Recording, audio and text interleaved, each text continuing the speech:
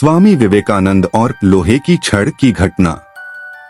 स्वामी विवेकानंद उन्हें युग पुरुष, युग दृष्टा, योगी, सन्यासी चाहे जो कह लीजिए, लेकिन ये भारत के रोशनी पुंज थे, जिन्होंने भारतवर्ष और हिंदू संस्कृति को विश्व पटल पर दुनिया के सामने इस तरह परिभाषित किया कि लोग उनके कायल हो गए।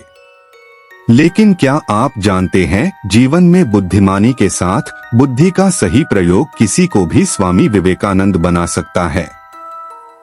आइए स्वामी विवेकानंद की जीवन से जुड़ी एक घटना के विषय में जानते हैं।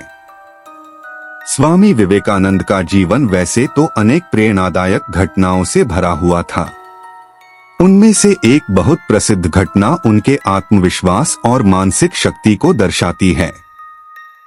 यह घटना तब की है जब वे अपने गुरु रामकृष्ण परमहंस के सानिध्य में आध्यात्मिक शिक्षा ले रहे थे। एक दिन स्वामी विवेकानंद, उस समय उनका नाम नरेंद्रनाथ था, कुछ पेड़ पौधे रोपने के लिए एक कुदाल लेने के लिए अपने कुछ मित्रों के साथ एक लोहार की दुकान पर गए। वहां उन्होंने देखा कि एक लोहार लाल गर्म लोहे की छड़ को पीट रहा था। वे बड़ी ही उत्सुकता से ध्यानपूर्वक उसे देखते रहे और लोहार से पूछा, यह गर्म लोहे की छड़ इतनी सीधी क्यों होती जा रही है? लोहार ने मुस्कुराते हुए उत्तर दिया, जब तक लोहे को गर्म करके पीटा नहीं जाएगा, यह सीधा और उपयोगी नहीं बनेगा।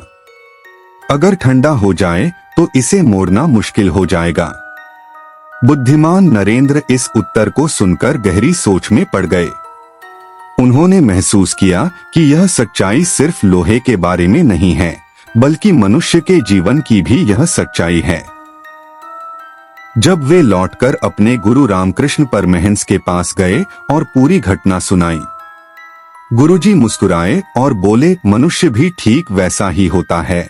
जब तक मनुष्य कठिनाइयों और संघर्षों से नहीं गुजरता, वह मजबूत नहीं बनता।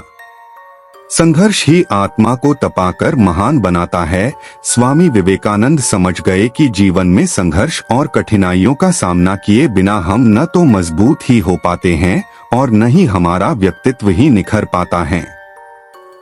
इस घटना ने उन्हें इतनी मजबूती प्रदान की कि उसके बाद जब वे अनेक कठिनाइयों से गुजरे, चाहे वह भिक्षा मांगकर भोजन करना हो या शिकागो में अपमान सहना, उन्होंने इस सीख को कभी नहीं भुलाया।